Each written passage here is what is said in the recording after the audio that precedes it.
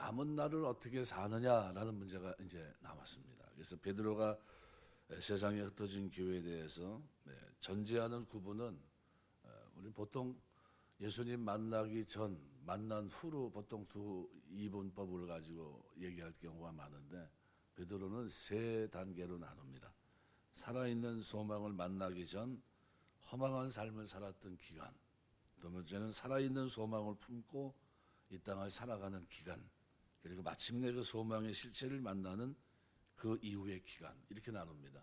그냥 두리뭉실하게 만나기 전, 만난 후로 바꾼 것이 아니라 살아있는 소망을 품고 살아가는 기간과 마침내 소망의 실체를 만난 그 이후의 기간, 결국 예수 그리스도께서 시간의 중심이 되시는 거죠. 그래서 믿음은 있지만 소망이 강렬하지 않은 신앙은 종종 목적도 잊어버릴 수 있고 방향도 잃어버리고 현세주의적인 신앙 현실에 몰입해서 갈 바를 알지 못하는 신앙으로 처질 수 있습니다. 그래서 베드로는 소망 중심의 신앙 패턴을 여기서 계속해서 제시합니다. 여행은 도착해야 됩니다. 도착을 전제로 합니다. 만일 이 땅에서의 신앙이 여행이라면 교회는 그 영광스러운 목적지에 이르도록 길 가는 여행자입니다. 그래서 이 땅에서의 삶의 중심은 목적지 하늘에 있습니다. 하늘에 도착하기까지 계속해서 가야 됩니다. 그래서 베드로는 성도가 예수를 믿고 아직 이 땅에 남아서 살아가는 날들을 육신 안에서 남은 시간들을 살아가는 것으로 표현합니다. 그리고 하늘에 이르는 황홀한 여행자들에게 그 남은 날들을 어떻게 살아야 하는지를 오늘 1절에서 3절 설명합니다. 그래서 첫 단어가 그러므로라는 운이란 단어입니다. 여기는 나와 있지는 않는데 원문에는 운이라는 단어가 있는데 해석이 안 돼 있는 상태입니다. 이 그러므로 3장 22절에서 그리스도께서 하늘에 오르사 하나님 보좌 우편에 앉으셨고 천사들과 권세와 능력들을 복종시켰다는 내용이 있고요. 또 4장 1절에는 그리스도께서 육으로 고난을 받으셨다는 말씀이 나오는 것은 십자가 고난 없이는 부활과 승천이 없다라는 뜻이 됩니다. 그래서 그리스도의 십자가는 하나님께서 나에게 오신 길이기도 하지만 동시에 내가 하나님께 나아가는 유일한 길이기도 합니다. 그러니까 그분께서 십자가에서 죄에 대해 고난을 당하고 죽으신 것처럼 오늘 우리도 십자가에서 그분과 함께 죄에 대해서 죽고 의에 대해서 사는 고난을 지나야 부활과 승천의 영광에 이르게 된다는 겁니다. 이 둘은 절대로 분리되지 않습니다. 이것이 복음입니다. 그래서 베드로는 그러므로라는 표현을 쓴 겁니다. 그러므로. 그러니까 고난의 십자가를 통과하지 않고서는 부활 승천의 길 가는 교회 여행은 끝나지 않기 때문입니다. 우리가 그러면 어떤 관점으로 우리가 이 고난을 받아야 되는가? 영광의 관점에서 이 고난을 봐야 됩니다. 이미 사도 바울이 생각컨대 현재 고난은 장차 우리에게 나타날 영광과 좋게 비교할 수 없다 생각해 보라는 겁니다. 그래서 어디에 초점이 맞춰 있습니까? 하늘의 영광에 맞춰져 있어요. 그리고 고난을 이겨나가는 쪽에 초점을 맞춥니다. 그러니까 먼저 하늘의 영광을 생각해 봐야 되죠. 그러니까 십자가는 교차로인데요. 하나님께서 내게 오시고 내가 하나님께로 이르는 길이고 예수 그리스도 안에서 이 길에서 우리가 만납니다. 그 자리가 고난의 자리입니다. 이 고난의 자리이기 때문에 그 자리가 우리에게는 부활의 자리고요. 영광의 자리입니다. 베드로는 이 고난 속에서 이미 영광을 본 사람입니다. 그래서 베드로서 4장 14절에 보면 이렇게 말합니다. 너희가 그리스도 이름으로 치욕을 당하면 복 있는 자로다. 영광의 영 곧 하나님의 영이 너희 위에 계심이라. 고난을 받는 그에게 영광의 영, 하나님의 영이 그들 속에 있다 표현합니다. 이 고난입니다. 베드로는 이 소망의 시각에서 영원한 시각에서 또 이미 하늘에 이른 승리의 관점에서 현재 세상에서 남은 날들을 살아야 되는 성도의 고난을 바라보고 있습니다. 이것이 3장 22절에서 그리스도의 승천, 승리의 소식이 먼저 나오고 4장 1절 고난에 관한 권면이 뒤이어 나오는 이유이기도 합니다. 그래서 그러므로 우리는 이 땅에서 겪는 고난에 대해서 하늘에서부터 내려다보는 관점을 가져야 됩니다. 하늘에서부터 영광의 자리에서 이 고난을 바라보는 이런 관점을 가져야 된다는 겁니다. 이것이 베드로가 고난을 이긴 그 신학입니다. 그래서 베드로는 고난의 유익에 대해서 적극적으로 설명합니다. 그리스도를 따라가는 교회는 그 영광에 이르는 관문에 고난이 있음을 알게 합니다. 고난이 없는 게 아니고 반드시 고난이 있다는 거죠. 그러나 단지 관문일 뿐이라는 겁니다. 뒤에 오는 영광이 그의 앞에 고난에 결정적인 의미를 부여해 준다는 겁니다. 그 십자가의 고난이 이 그리스도께서도 이러한 생각으로 그의 고난을 감당하셨습니다. 이제 교회도 이제는 똑같이 이런 마음을 가지고, 그래서 4장 1절에 너희도 같은 마음으로 갑옷을 삼으라, 똑같은 생각을 말합니다. 이 땅에서 남은 날들을 어떻게 살아야 되냐는 거죠. 마음에 그런 생각, 그런 뜻을 품어야 된다는 겁니다. 마치 이건 히브리서에 보면 히브리 기자가 12장 2절에 보면 이렇게 표현합니다. 믿음의 주여 또 온전하신 이인 예수를 바라보자. 그는 그 앞에 있는 기쁨을 위하여 십자가를 참으사 부끄러움을 개의치 아니하시더니 하나님 보좌 우편에 앉으셨느니라. 그 앞에 있는 기쁨을 위하여, 이것이 전제입니다. 그것이 결국은 어떻게 했습니까? 예수님으로 하여금 십자가도 참고 부끄러움도 개의치 않고 그리고 마침내 하나님 보좌 우편에 앉게 하셨다는 겁니다. 고난에 대한 태도를 예수님께서 그렇게 살아가셨다는 것을 설명합니다. 이 굉장히 우리의 삶을 돌아봐야 될, 그래서 그리스도께서도 그 앞에 있는 즐거움을 바라보셨고 교회는 그렇게 바라보신 그리스도를 바라봐야 됩니다. 고난은 그것이 끝난 후로는 영광의 관점에서 바라볼 때 비로소 정확히 볼 수 있습니다. 그래서 베드로는 처음부터 살아있는 소망의 위력을 전파한 겁니다. 그러니까 이 소망이라는 것이 아무런 실체가 없는 소망이 아니라 이미 고난의 길을 걷고 부활 승천하시고 그 능력, 모든 것을 선포하신 그 능력의 하나님, 그것을 우리가 바라보며 기뻐하며 그 속에서 어떻게 해요? 우리가 이 고난을 바라보고 있는 겁니다. 그 영광에 포함된 우리가, 그리고 이 세상에서의 고난을 그 영광 속에서 바라봅니다. 이것이 죄로부터 우리를 안식을 누리게 합니다. 그래서 영광의 관점에서 고난을 바라보는 또 다른 유익은 뭐냐 하면, 그 영광에 이르기 전 이 땅에서 남은 날들을 살아갈 때 죄와 상관없이 죄에게 시달림도 없고 죄로부터 안식을 누리며 살게 되는 자유와 기쁨을 누리게 합니다. 이것이 초점이에요. 그래서 여기 오늘 2절 말씀에도 이는 육체의 고난을 받은 자는 죄를 그쳤음이니 이렇게 얘기합니다. 사르키라는 육체라는 말은요, 죄와 악의 지배, 영향에 놓인 인간의 조건 정도를 이해하는 것이 적절한데, 이 육체의 고난을 받아 안식을 누린다고 하는 것은 그럼 도대체 무슨 의미일까? 물론 그리스도께서 죄나 악의 지배 아래에 들어가지 않으십니다. 하지만 그분은 인간의 몸을 입으셨고 우리와 같이 되셨으므로 그런 유혹, 도전, 핍박을 다 받으셨습니다. 또한 이때 그분이 짊어지신 죄의 무게나 악에게 당하신 고난은 그분 자신의 죄 때문이 아니라 우리 때문입니다. 우리의 죄 때문에.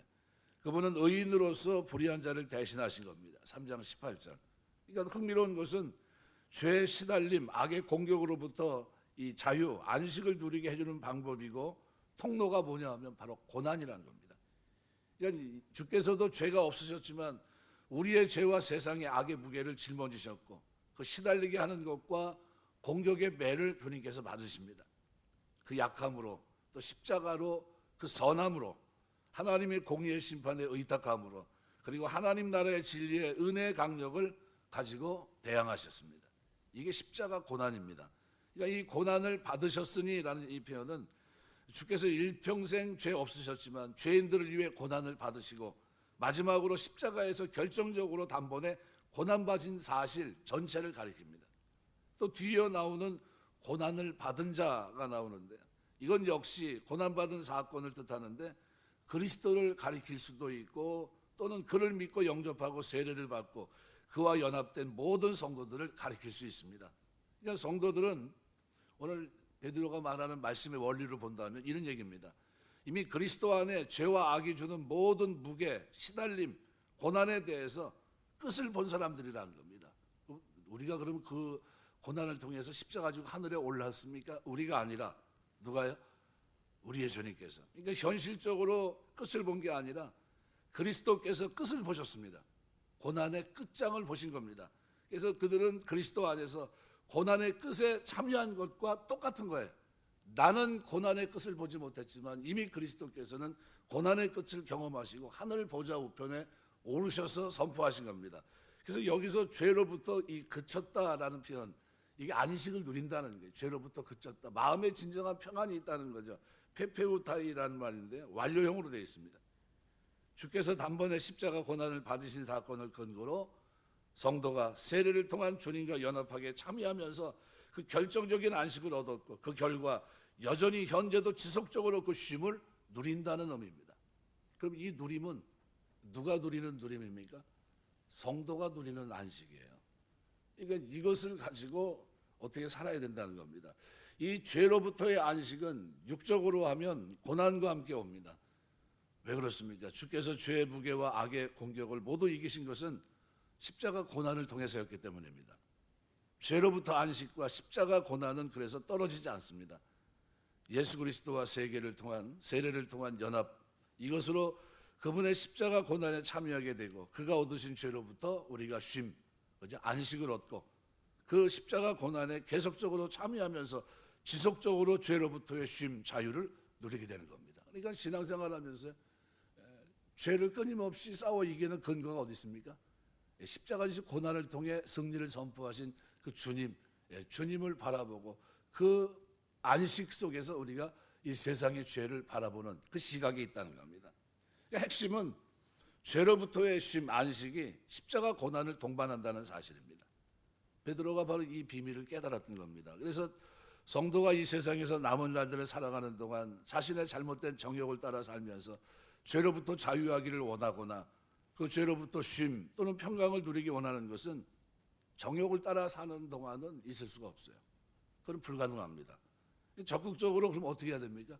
십자가 고난, 선을 행함으로 악에 대해 불의한 대접도 참아내는 고난의 삶을 추구하지 않고 도리어 세상적인 복이나 간구하면서 세상을 기웃거리는 마음으로는 결단코 죄에서 쉼을 누리지 못한다라는 게, 흥미로운 것은 베드로가 여기 오늘 본문에 보시면은 죄를 그쳤습니다. 이 그쳤다는 이 페파우타이라는 말이 원형이 파우어라는 단어인데 안식한다는 뜻입니다. 안식한다.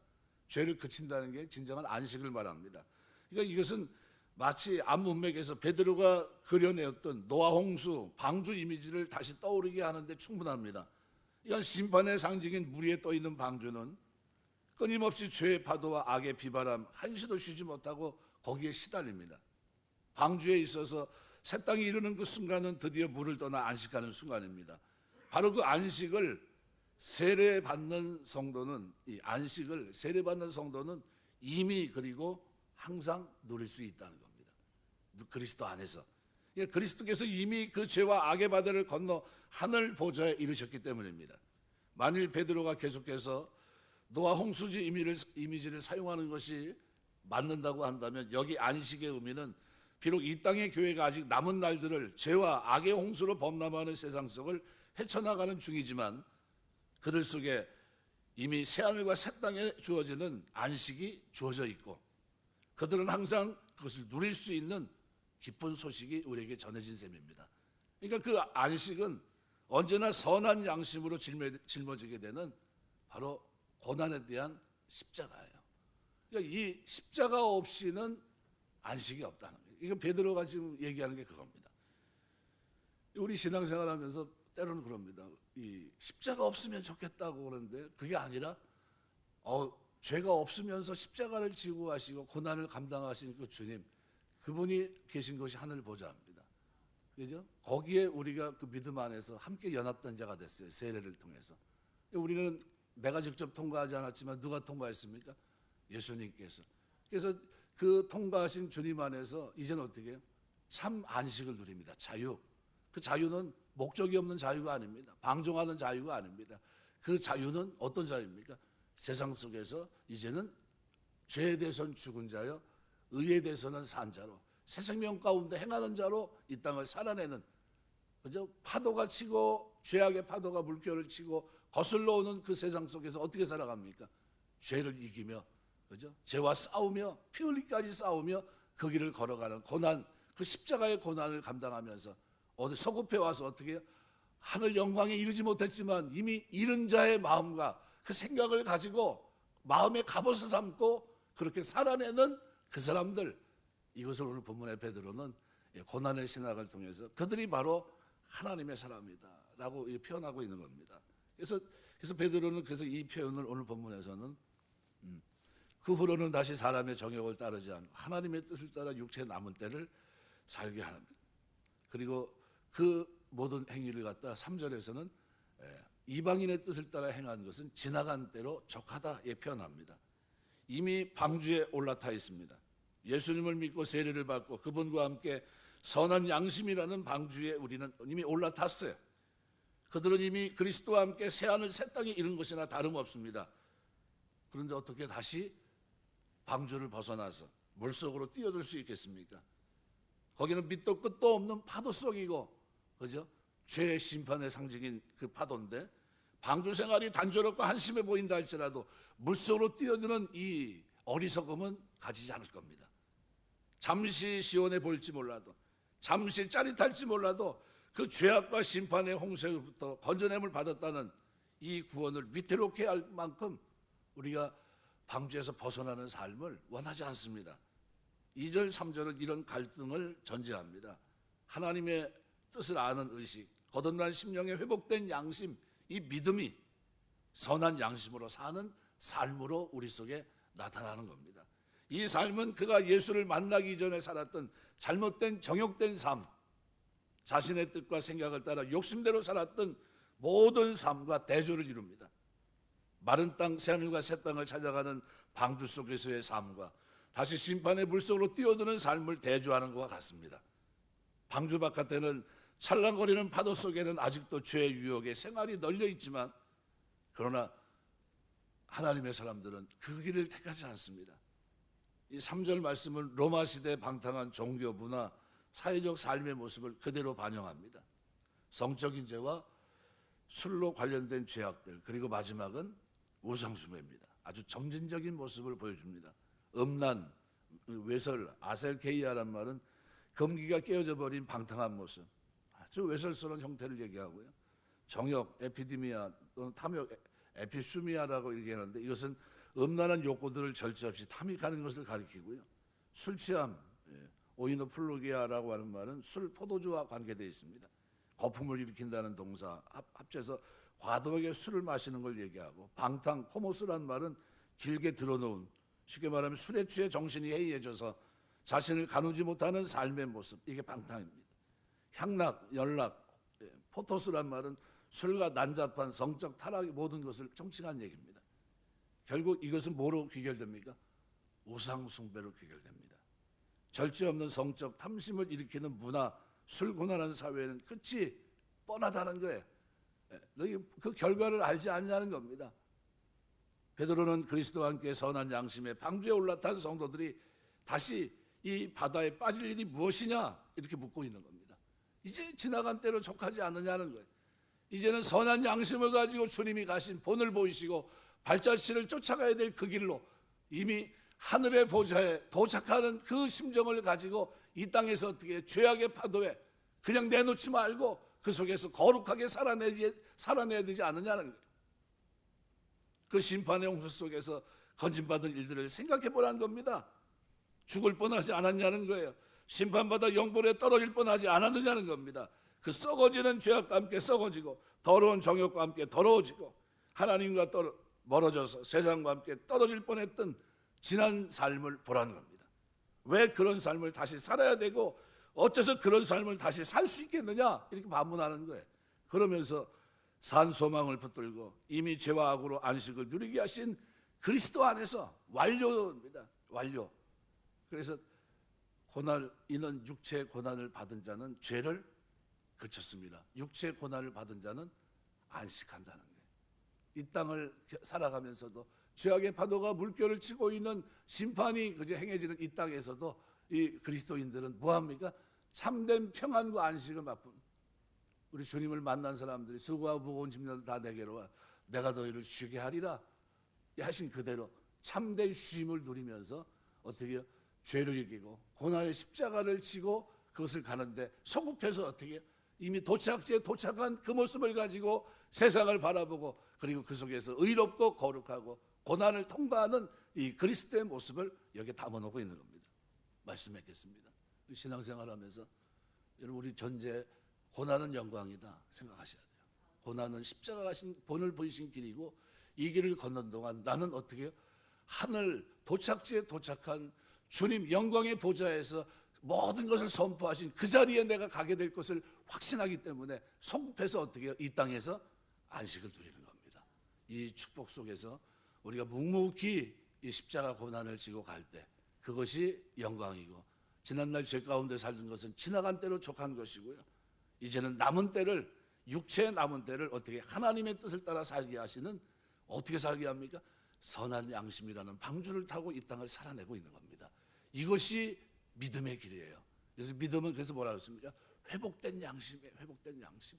이것을 가지고 지나간 때, 이 지나간 때는 다 버리고 이제는 남은 때를 이 땅에서 어떻게 해요?